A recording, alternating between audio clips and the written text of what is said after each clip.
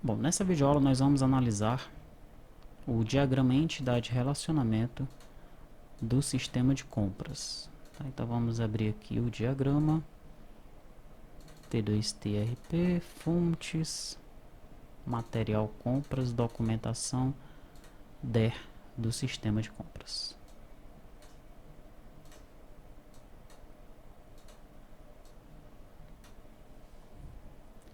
Vamos aumentar um pouco aqui a fonte para a gente analisar melhor esse DER.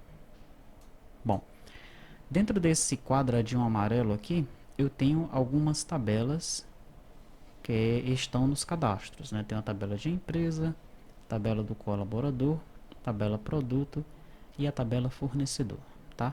As tabelas que estão fora pertencem ao sistema de compras. A primeira tabela que eu tenho aqui, então, é a tabela tipo de requisição de compra. O que essa tabela ela armazena? Ela vai armazenar os tipos de requisição. Aqui eu armazeno nesse código aqui, olha. A requisição de número 01 é uma requisição interna, a requisição onde os itens serão utilizados pela própria empresa, e a requisição de número 2 é uma requisição externa, a requisição onde os itens são utilizados para venda ao consumidor. Tranquilo? Requisição de compra. Aqui eu já vou fazer a minha requisição. Tá? O que é que tem aqui nessa tabela? Eu vou ter o tipo de requisição, se é uma requisição interna ou externa. Vou ter o ID do colaborador, que é o funcionário que está fazendo aquela requisição. E vou ter a data da requisição. Apenas isso, tá? Vinculado a essa tabela, eu tenho os detalhes dessa requisição. O que eu vou ter nos detalhes da requisição de compra? O ID da requisição de compra, que é a tabela de cabeçalho. O ID do produto, porque eu estou solicitando produtos que existem na minha empresa, ou se não existirem, eles terão de ser cadastrados. A quantidade e se esse item já foi cotado. Tá? Quando a quantidade for utilizada de forma completa, deve-se marcar S para sim ou do contrário N para não. Perfeito. Então aqui vão ficar os meus itens das requisições. Observe que não existem valores aqui, porque até o momento o funcionário que está fazendo essa requisição, ele não está preocupado com o valor. Tranquilo? Estou precisando usar 10 canetas. Tem uma equipe de 10 funcionários, estou precisando de 10 canetas. Eu faço a requisição, eu preciso de 10 canetas de cor azul.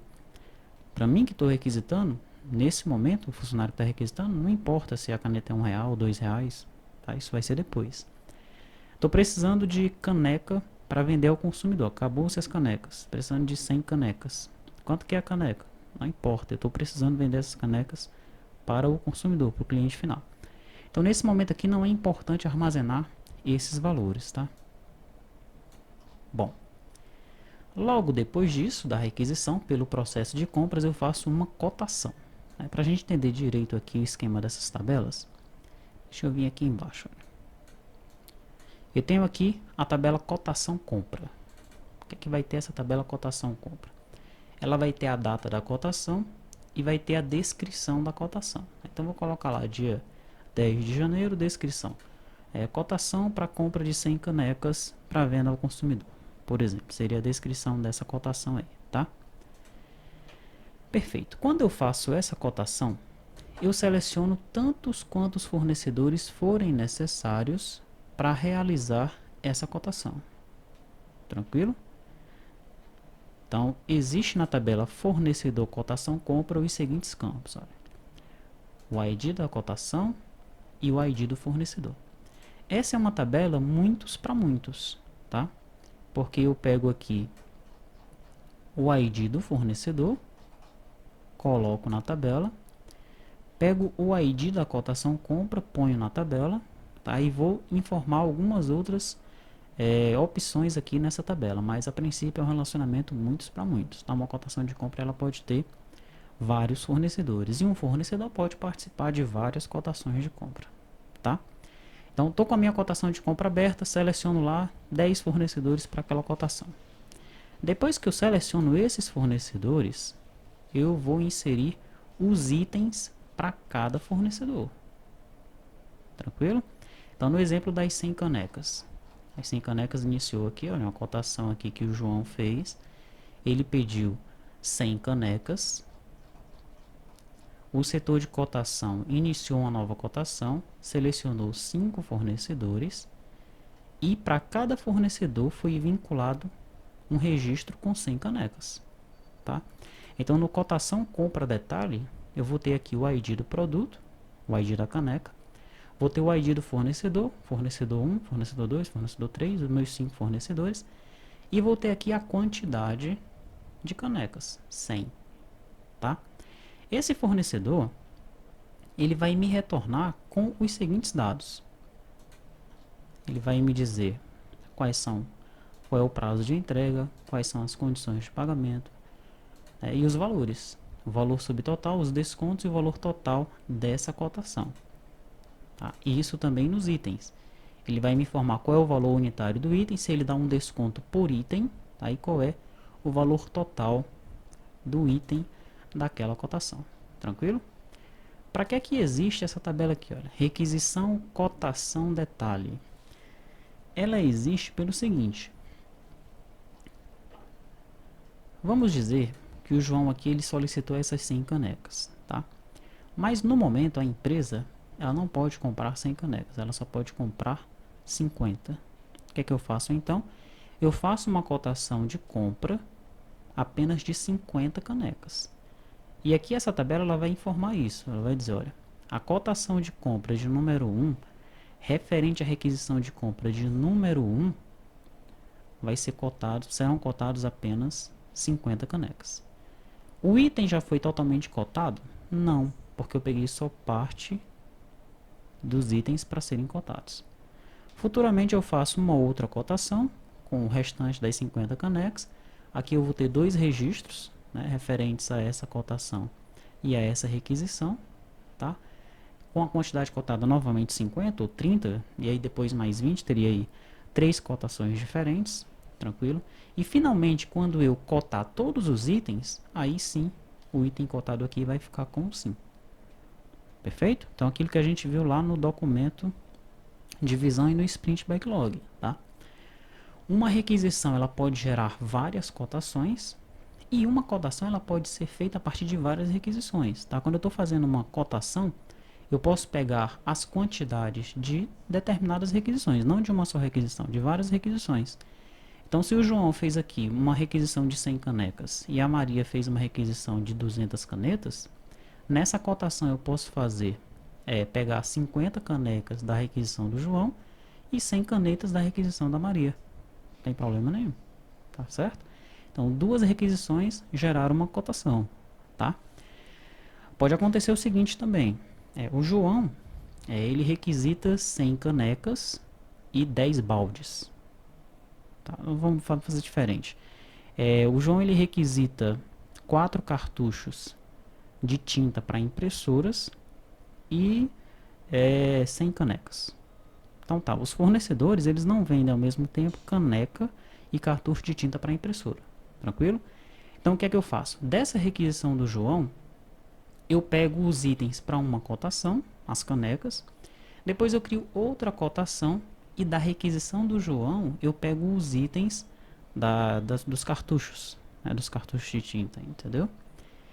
Então é isso. Uma requisição pode gerar várias cotações, né, e uma cotação pode ser feita a partir de várias requisições. Esse controle a gente vai fazer aqui, ó, através dessas tabelas, tá? Perfeito, então fiz minha cotação, os fornecedores retornaram com os itens da cotação, eu importei os dados dos fornecedores, confirmei as cotações, já fiz tudo isso daqui. Nessas tabelas aqui, olha, eu faço a cotação, confirmo essa cotação e faço o mapa comparativo. Tá? Tudo isso envolvendo essas tabelas. Sendo que a partir do mapa comparativo, eu já vou entrar no esquema do pedido.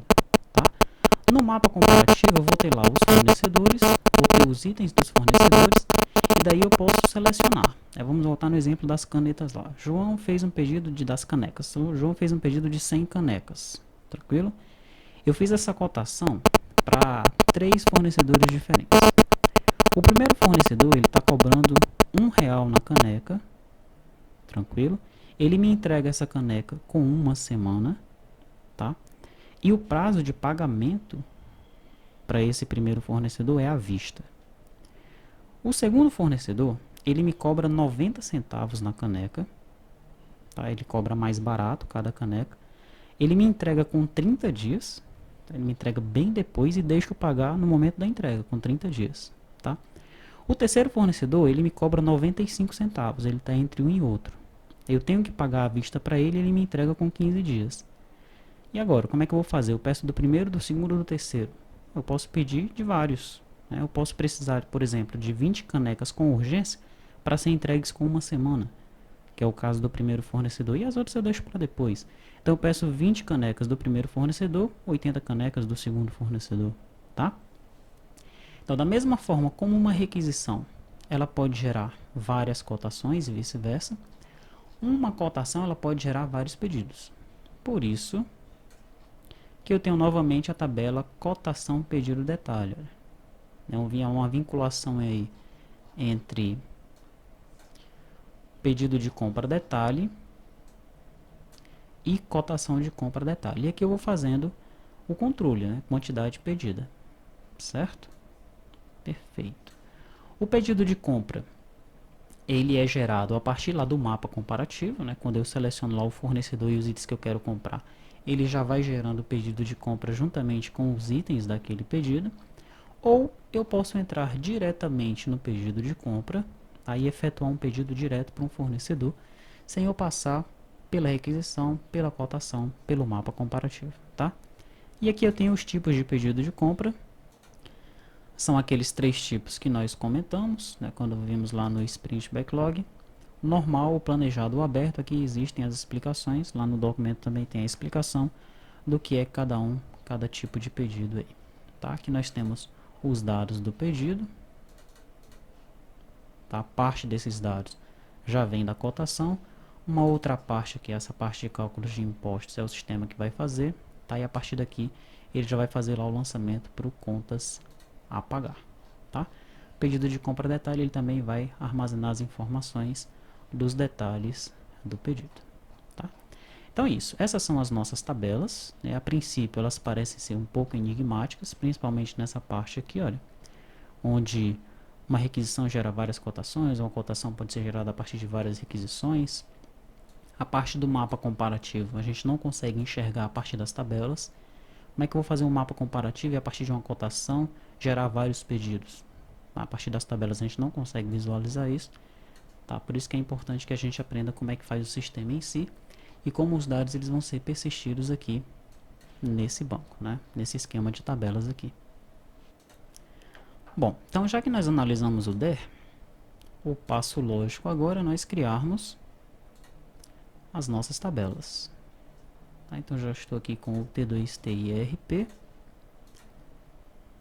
Eu vou clicar aqui em File, Export, SQL Create Script, deixa tudo selecionado. Copio o script para a área de trabalho, vou no SQL.org, colar. Vou analisar as tabelas que eu não preciso recriar. Tabela empresa ela já existe. Tabela fornecedores já existe. Tabela de produtos também já existe. Tipo de pedido de compra não tem. Colaborador, essa tabela já existe. Vou tirar ela daqui. Cotação compra não tem. Tipo de requisição compra não. Requisição compra também não. Requisição compra detalhe não tem. Fornecedor cotação compra não existe ainda. Pedido, cotação compra detalhe, pedido de compra detalhe, requisição cotação detalhe, cotação pedido detalhe, pronto. Essas são as tabelas que eu vou precisar.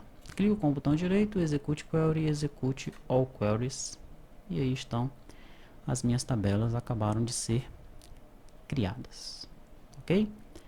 Depois disso, qual seria o próximo passo, né? Seria nós entrarmos aqui no nosso gerador de VOs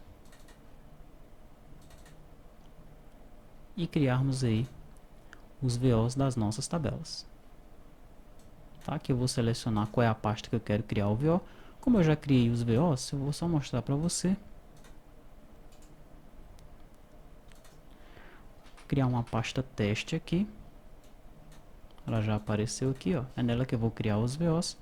Tá, os VOs da compra, será que estão aqui? Vamos procurar, por exemplo, por pedido compra. Aqui, ó. Pedido compra detalhe. Tá, se você não quiser ficar localizando aí as tabelas, basta clicar em gerar todos os VOs, aguardar, e todos os VOs eles serão gerados na pasta que você selecionou, no nosso caso nessa pasta aqui, ó, na pasta teste. Prontinho, aí estão todos os VOs gerados, né? O VO para cada tabela. Tá, então vou tirar essa pasta teste aqui. Eu não gerei os VOs dentro da minha pasta T2T e ERP, porque nesse momento aqui agora, porque eu já criei esses VOs anteriormente, tá dentro da pasta comum VO, eu já tenho os meus VOs aí criados, ok? Pedido de compra, tipo pedido de compra, pedido de compra detalhe, eles já estão todos aí, tá? Então é isso. Desenvolvemos aqui, entendemos como é que funciona o DER, criamos as nossas tabelas, já temos os nossos VOs, né? Já podemos partir para a construção da aplicação.